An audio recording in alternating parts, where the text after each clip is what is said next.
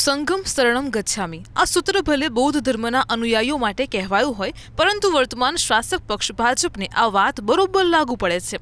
ભાજપ એક રાજકીય પક્ષ હોવાથી તેની અંદર સ્થિતિ હંમેશા એકદમ પ્રવાહી હોય છે, પરંતુ જ્યારે પણ પક્ષમાં કોઈ મુશ્કેલી સર્જાય છે કે તેને માર્ગદર્શનની જરૂર પડે છે, ત્યારે તેણે સંઘનું શરણું પકડ્યા વગર છૂટકો નથી. ઘણી વખત મુશ્કેલ અને કટોકટીની સ્થિતિનું જરૂરી માર્ગદર્શન તે સંઘ પાસેથી જ મેળવે છે. હવે ગુજરાતમાં પણ હાલમાં આ સ્થિતિનું નિર્માણ થયું છે. ગુજરાતના પ્રદેશ પ્રમુખ તરીકે જગદીશ વિશ્વકર્મા આવ્યા છે અને હવે આરએસએસના સરસંઘ સંચાલક મોહન ભાગવતનું ગુજરાતમાં આગમન થઈ રહ્યું છે. સ્વાભાવિક રીતે મોહન ભાગવત આવશે એટલે સીએમ ભૂપેન્દ્ર પટેલથી માંડીને પક્ષ પ્રમુખ જગદીશ વિશ્વકર્મા તેમની શુભેચ્છા મુલાકાત જરૂર લેશે. આ ઉપરાંત ભાજપના અગ્રણી આગેવાનો, સંઘની પૃષ્ઠભૂમિ ધરાવતા પક્ષના કાર્યકરો પણ તેમને મળે તેમ માનવામાં આવે છે.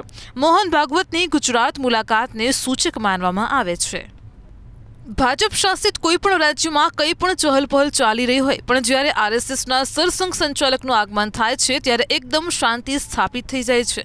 જાણે કોઈ રાજકીય કોલાહલ જ ન હતો તેવી શાંતિ છવાઈ જાય છે. હવે ગુજરાતમાં નવા પ્રદેશ પ્રમુખની નિમણૂકની સાથે રાજકીય કોલાહલમાં પણ વધારો થયો છે અને પક્ષની અંદરની દરેક લોબી જાણે સક્રિય થઈ ચૂકી છે. પક્ષની અંદરનું દરેક જૂથ જાણે એકબીજા સામે છે. કાર્યકરો પણ જૂથબંધીની વાડના કારણે અસમંજસમાં છે.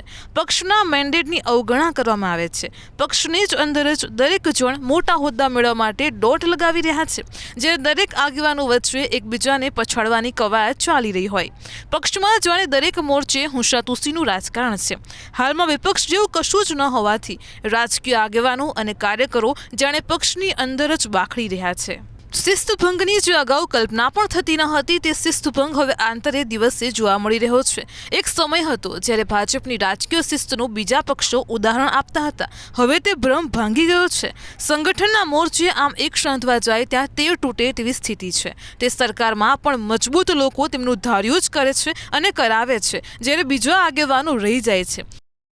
આના કારણે પક્ષના લોકોમાં એવી લાગણી પ્રવર્તી રહી છે કે આ તો સમર્થકોના દોષ ઘૂસાય જેવી કહેવત જેવી વાત છે. પક્ષના જૂના કાર્યકરોને લાગી રહ્યું છે કે લાંબા સમયથી જોડાયેલા હોવા છતાં તેમની અવગણના કરવામાં આવી રહી છે. તેમને પૂછવામાં આવી રહ્યું નથી, કોઈ તેમની સુધ લેનાર નથી. આ સંજોગોમાં મોહન ભાગવતનું આગમન એ ગુજરાતના રાજકારણમાં કયા પ્રકારના પરિણામો સર્જે છે તે જોવાનું છે. તે વાત ઉલ્લેખનીય છે કે વર્તમાન પક્ષ પ્રમુખ જગદીશ વિશ્વકર્મા પોતે આરએસએસના સ્વયંસેવક રહી ચૂક્યા છે અને તે આરએસએસનું બેકગ્રાઉન્ડ ધરાવે છે. તેથી પક્ષમાં આગામી થનારી નિમણૂકોમાં અને મંત્રીમંડળના થનારા વિસ્તરણમાં આરએસએસનું બેકગ્રાઉન્ડ ધરાવનારા કેટલા આગેવાનો આવે છે તેનો આધાર કદાચ આ મુલાકાત પર પણ રહેલો હોય. આ ઉપરાંત આ જ સમયે સીએમ ભૂપેન્દ્ર પટેલ તાત્કાલિક દિલ્હી ગયા છે અને ટૂંક સમયમાં દિલ્હીથી પરત આવી જાય તેમ મનાય છે. તેમની દિવાળી પૂર્વે દિલ્હીની મુલાકાત સૂચક મનાય છે.